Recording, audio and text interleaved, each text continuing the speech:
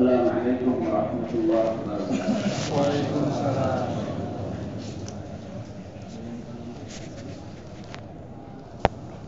Alhamdulillah, nahmaduhu wa nusalli wa nusallim ala rasulihil karim wa ala alihi wa sahbihi ajma'in. Bab ittiba'us sunnati wa iqtida'us salafi. Ittiba'us sunnah wa iqtida'us salaf wal inkaru 'ala al-bid'ah.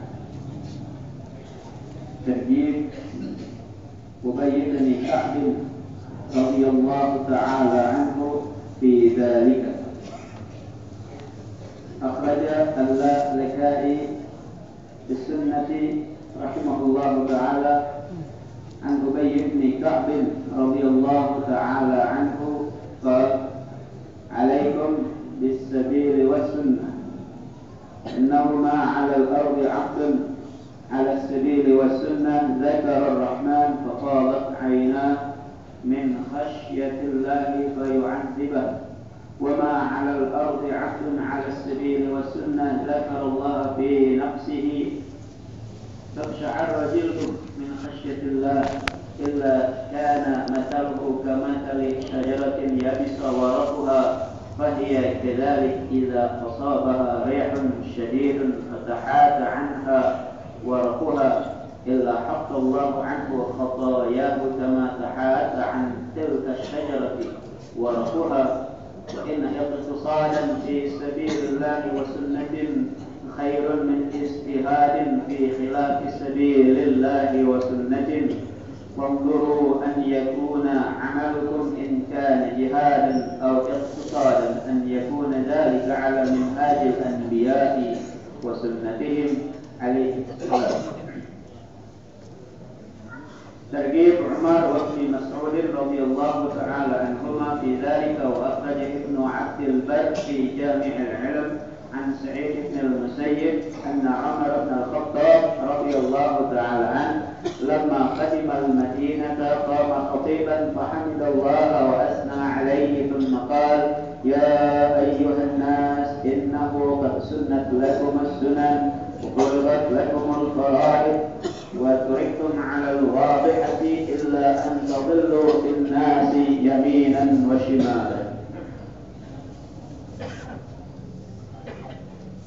وأخرج ابن عبد البر العلم عن عبد الله بن مسعود رضي الله تعالى عنه أنه كان يقوم يوم الخميس قائما فيقول إنما هو اثنان الهدي والكلام فأفضل الكلام أو أصدق الكلام كلام الله وأحسن الهدي هدي محمد صلى الله عليه وآله وسلم وشر الأمور محدثاتها ألا وكل محدثة بدعة ألا لا يتطاولن عليكم الأمر فتقسو قلوبكم ولا يلهينكم الأمل فإن كل ما هو آت قريب ألا إن بعيدا ما ليس آتيا.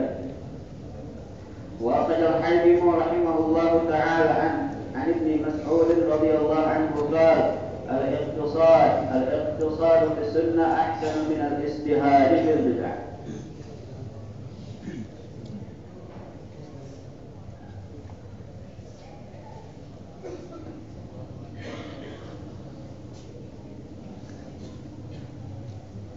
Hadirin yang mulia,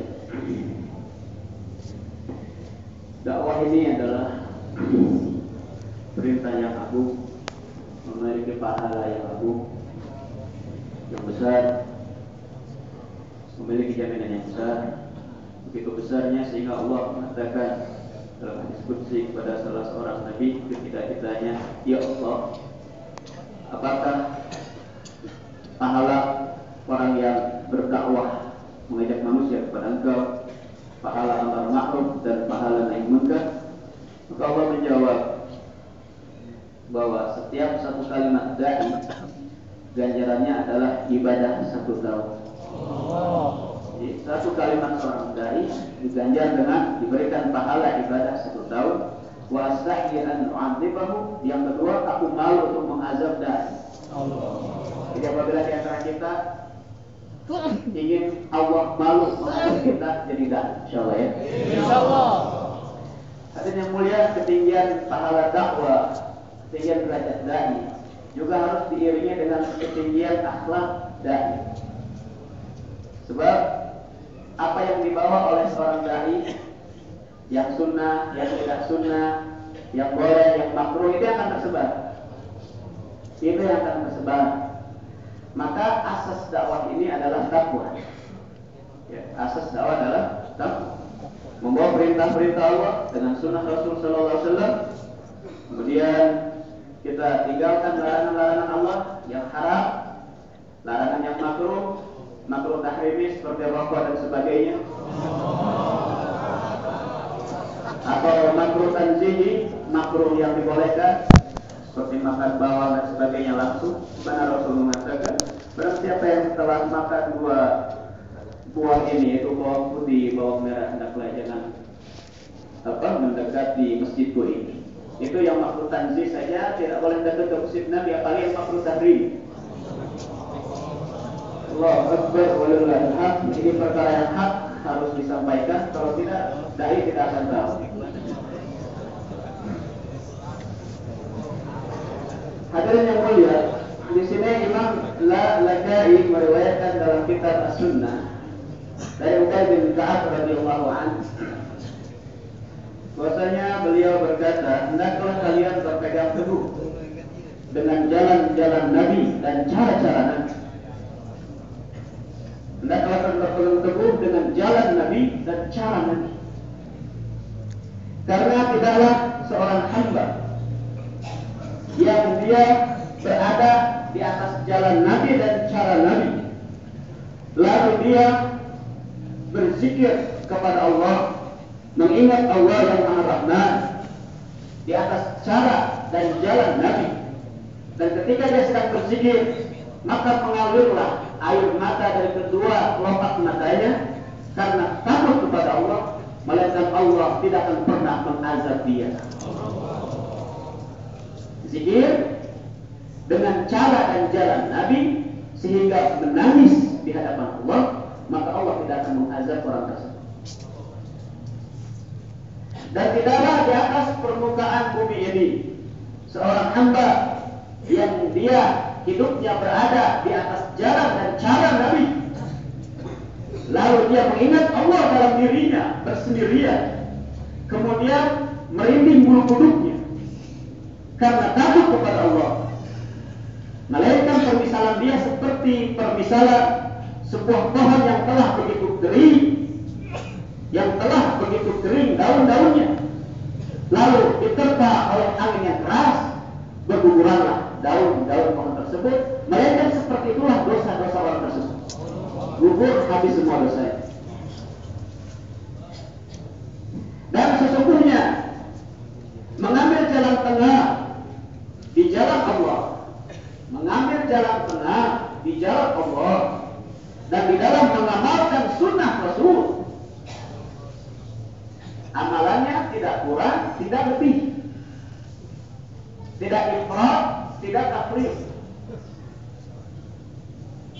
Perintah Allah sunnah Rasul tidak dikurangi, perintah Allah sunnah Rasul tidak dilebihi. Iktisadan. Maka iktisadan, mengambil jalan tengah di jalan Allah dan di atas sunnah Rasul, ini adalah lebih baik daripada bersusah payah tetapi bertentangan dengan jalan Allah dan bertentangan dengan sunnah Rasul Sallallahu Alaihi Wasallam.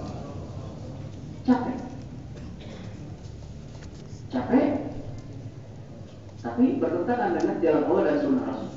Allah.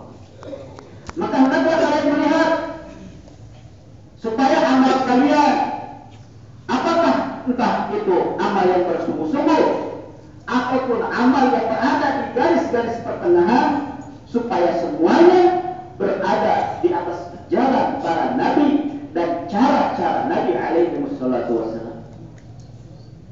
Bersedia semua hadirin insyaallah.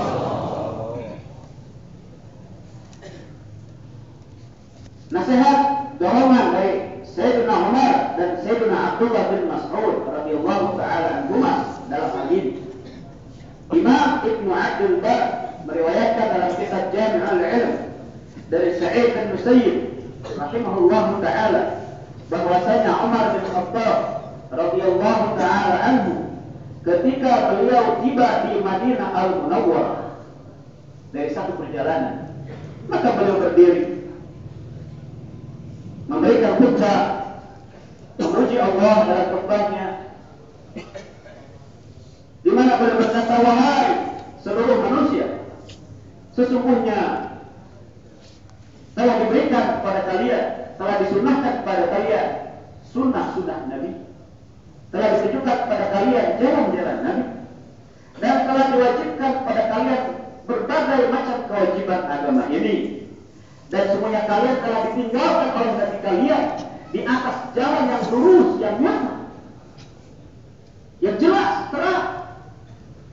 Kecuali kalian sendiri yang akan tersesat kiri kanan, hidup di tengah-tengah manusia. Jadi yang membuat sesat manusia adalah ketika mereka berpaling daripada jalan Nabi dan cara Nabi, mengambil jalan-jalan yang lain dan cara-cara yang lain. Imam Ibnu Abdul Bar rahimahullah taala meriwayatkan dalam kitab Al-Ilm dari Abdullah bin Mas'ud radhiyallahu anhu bahasanya beliau memiliki kebiasaan memberikan tausiah hari Kamis, di mana beliau berkata di antaranya, sesungguhnya ada dua perkara, satu petunjuk, yang kedua perkataan.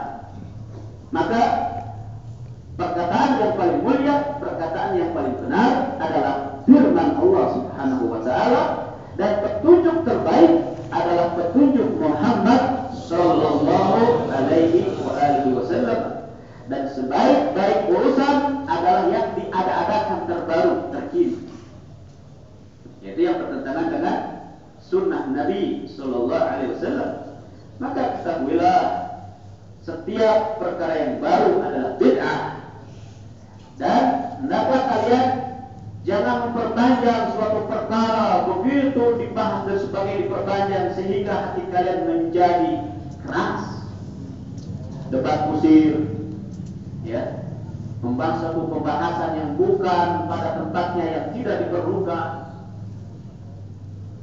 berbincang-bincang dengan perbincangan yang panjang yang tidak ada manfaat di dalamnya sehingga hati kalian menjadi keras.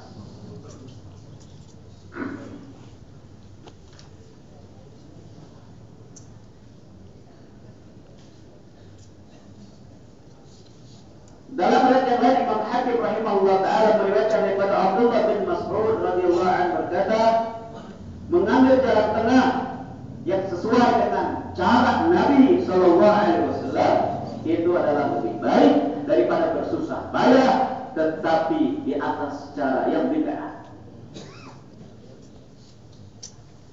Hadirin yang mulia, ini adalah nasihat-nasihat dari para sahabat kepada kita. Kenapa dalam usaha dakwah yang mulia ini kita dianjurkan membaca tentang hayat sahabat, tentang kehidupan Nabi dan para sahabat. Selama kita keluar fisabilillah, kita dianjurkan di antara yang kita berbanyak adalah muzakarah sunnah Rasul sallallahu alaihi wasallam 24 jam. Bagaimana cara makan, minum, tidur, masuk keluar WC, rumah, masuk keluar masjid dan sebagainya.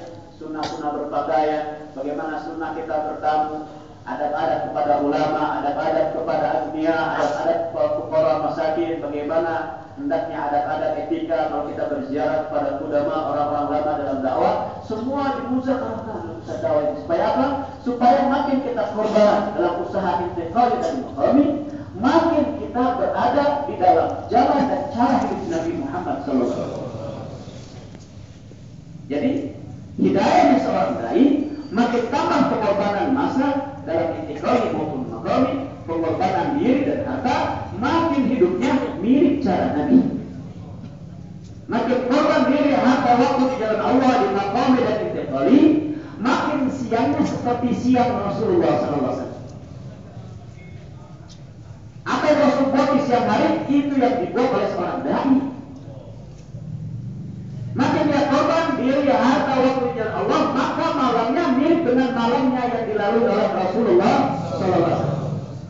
Kita berharap kita semua mengarah ke arah situasi yang mulia bersedia, insyaallah. Maka oleh karena itu kita niatkan dakwah ini adalah untuk perbaiki diri kita.